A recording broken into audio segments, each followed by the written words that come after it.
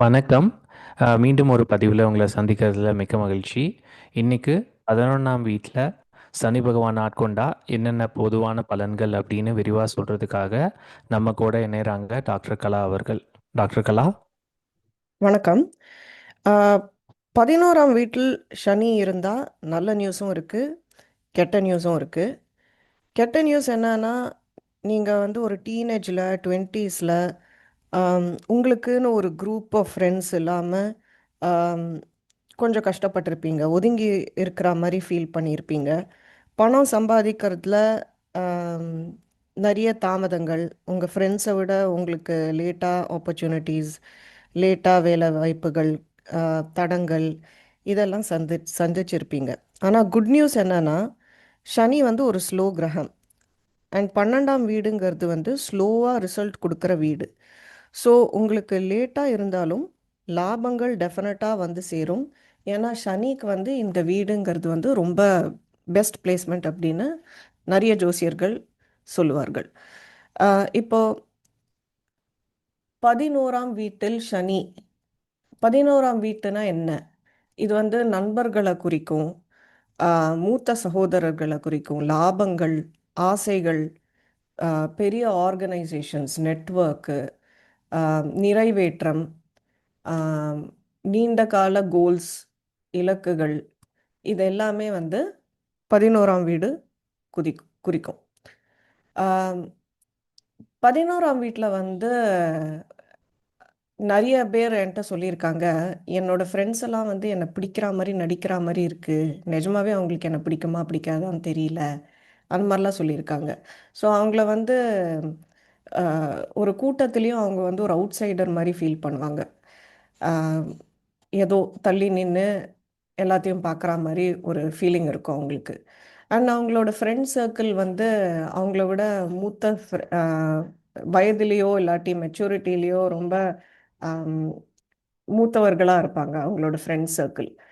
And அவங்க இந்த மாதிரி மக்கள் வந்து டக்குன்னு ஃப்ரெண்ட்ஸு, இப்போ இன்னைக்கு பார்த்தேன் நாளைக்கு ஃப்ரெண்ட் ஆனேன் அப்படின்னு வந்து டக்குன்னு ஒரு ரிலேஷன்ஷிப் ஃபார்ம் பண்ண முடியாது. அவங்களுக்கு எல்லாமே வந்து ரொம்ப ஸ்லோவாக இருக்கும். ஸ்லோவாக ட்ரஸ்ட் பில்ட் பண்ணுவாங்க. ஆனால் அந்த மாதிரி பில்ட் பண்ணுற ஃப்ரெண்ட்ஸ் வந்து இப்போ 20 வயசில் ஃப்ரெண்ட் ஆனாங்கன்னா ஒரு 50 60 வயசு வரைக்கும் அதே ஃப்ரெண்ட்ஸ் இருப்பாங்க. ஆம், அப்புறம் இது வந்து மெதுவான வளர்ச்சியை குறிக்கும். நான் முன்னாடி சொன்ன மாதிரி இந்த 11ஆம் வீடு பேர் வந்து உப்பச்சையா வீடு. 3, 6, 10, 11 இந்த 4 வீடும் வந்து உப்பச்சையா வீடு. முள்ள முள்ள முள்ள தான் ரிசல்ட் கொடுக்கும். ஸோ சனியும் முள்ள முள்ள முள்ள தான் ரிசல்ட் கொடுக்கும். ஸோ அதுக்கு இங்கே வரும்போது இந்த என்வாயன்மெண்ட் அதுக்கு வந்து ரொம்ப பரிச்சயமான என்வாயன்மெண்ட். ரொம்ப நல்லாவே பண்ணும். ஸோ 35லேருந்து 36 வயசுக்கு அப்புறம் சனி வந்து மெச்சூர் ஆகும். ஸோ ஈஸியாக வந்து உங்களுக்கு நீங்கள் பண்ண ஹார்ட் ஒர்க்கான ரிசல்ட் வந்து கிடைக்கும். ஸோ சின்ன வயசில் நீங்கள் வந்து கம்பேர் பண்ணும்போது உங்கள் ஃப்ரெண்ட்ஸ் வந்து டக்கு டக்குன்னு ஆம், வேலை கிடைச்சிது, எனக்கு பெருசாக வேலை கிடைக்கல அப்படின்னு நீங்கள் ஃபீல் பண்ணால் கூட ஒரு 36 வயசுக்கு அப்புறமா நீங்கள் வந்து அவங்க வந்து பீக் ஆனதுக்கப்புறம் நீங்கள் அப்போ தான் வந்து ஸ்லோவாக வளர்ச்சி ஆரம்பிப்பீங்க. ஆம்,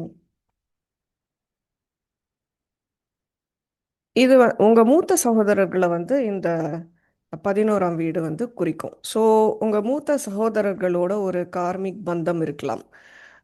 ஒன்று அவங்களுக்கும் உங்களுக்கும் ஒரு பெரிய ஏஜ் கேப் இருந்திருக்கலாம். ஸோ அவங்க வந்து உங்களை விட ஆம், ஒரு 10 இயர்ஸ், 10 வருஷம் பெரியவங்களா இருந்திருக்கலாம். ஸோ அவங்க வந்து ஒரு மூணாவது பேரண்டோட ரோலை எடுத்திருக்கலாம். இல்லைன்னா அவங்களுக்கு அவங்களோட அவங்களோட அவங்களுக்கு நிறைய கருத்து வேறுபாடு இருந்திருக்கலாம். இல்லைன்னா சின்ன வயசுலயே அவங்க வந்து ரொம்ப ஆம்,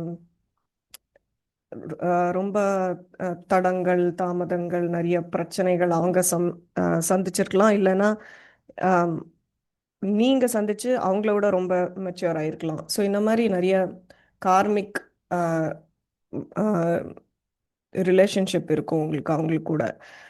ஆஹ் 11ஆம் வீட்டுக்கும் சந்நியாச எனர்ஜி இருக்கு. இது வந்து நிறைய பேர் பேச மாட்டாங்க. இது ரொம்ப நம்ம டீப்பா போனா, அஸ்ட்ராலஜியில் டீப்பா போனா அது புரியும்.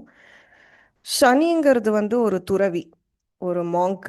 11ஆவது வீடு வந்து ஆம், ஆசைகள், பார்ட்டீஸ், ஃப்ரெண்ட்ஸ், சொகுசு வாழ்க்கை இதெல்லாம் இருக்கும். ஸோ சனி வந்து இங்கே வரும்போது உங்களுக்கு ஒரு பற்றற்ற நிலை வரும்.